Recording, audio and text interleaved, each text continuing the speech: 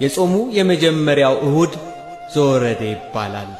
ይህ የመጀመሪያ ሳምንት በሲኦል ተጥለው በአጋንንት እየተቀጠቀጡ የአምላክን መውረድ የተስፋይቱን ቀን ይጠብቁ የነበሩ ነፍሳት የተስፋቸው ጅማሬ ሰማይና ምድር የማይችለው የክብር ባለቤት የሆነ አምላክ ከሰማየ ሰማያት መውረዱ ከድንግል ማርያም ከሥጋዋ ሥጋ ከነፍሷ ነፍስ ነስቶ የመወለዱ ነገር ይታወስበታል። ስለዚህ ነው ዘወረደ መባሉ። በዚህ ሳምንት ከቀዳሚ ነቢያት አንዱ ሊቀ ነቢያት ሙሴ የሚታወስበታል። ይህን የጾም ሳምንት ጾመ ሙሴ ወይንም ሙሴኒ ተብሎ ይጠራል። የሁዳዴ ጾም የመጀመሪያው ሳምንት።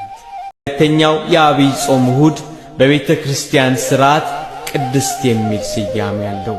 ቅድስት ማለት ልዩ ማለት ነው። ይህ ሳምንት ልዩ ሳምንት ነው። ልዩ ቅዱስ የሚያደርገው ኢየሱስ ክርስቶስ ጾምን የጀመረበት ዕለት ስለሆነ ነው። በዚህ ዕለት ስለ እግዚአብሔር ቅድስና ይወሳል።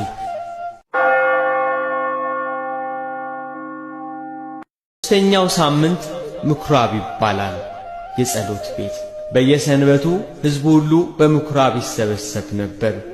ጌታችን ኢየሱስ ክርስቶስ አይሁድ በሚሰበሰቡበት ምኵራብ እየገባ ወንጌልን ያስተምር፣ ሕሙማንን ይፈውስ ነበር።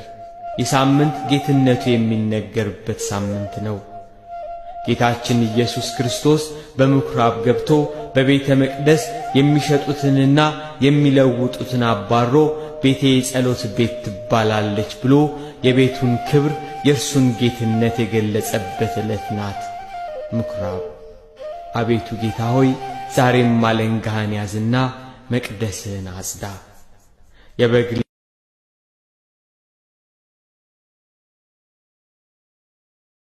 አራተኛው የአብይ ጾም ሳምንት መጻጉዕ ይሰኛል። በዚህ ሳምንት ጌታችን ኢየሱስ ክርስቶስ ድውያንን መፈወሱ፣ ዕውራንን ማብራቱን የሚያወሳ መዝሙር ይዘመራል። ጌታ ለበሽተኞች ያደረገው ታሪክም ይወሳበታል። መጻጉዕ በኢየሩሳሌም በበጎች በር አጠገብ ባለች የበሽተኞች መጠመቂያ ስፍራ ለ38 ዓመት ከአልጋ መውረድ የተሳነው በደዌ የደቀቀ አቅም ያጣ በሽተኛ ነበር። ጌታችን ግን ተነስ፣ አልጋህን ተሸክመህ ሂድ አለው። ተነሳ። 38 ዓመት የተሸከመችውን አልጋ ተሸከማት። እንደ አዲስ ተፈጥሮ ሆነ፣ ከበሽታው ዳነ።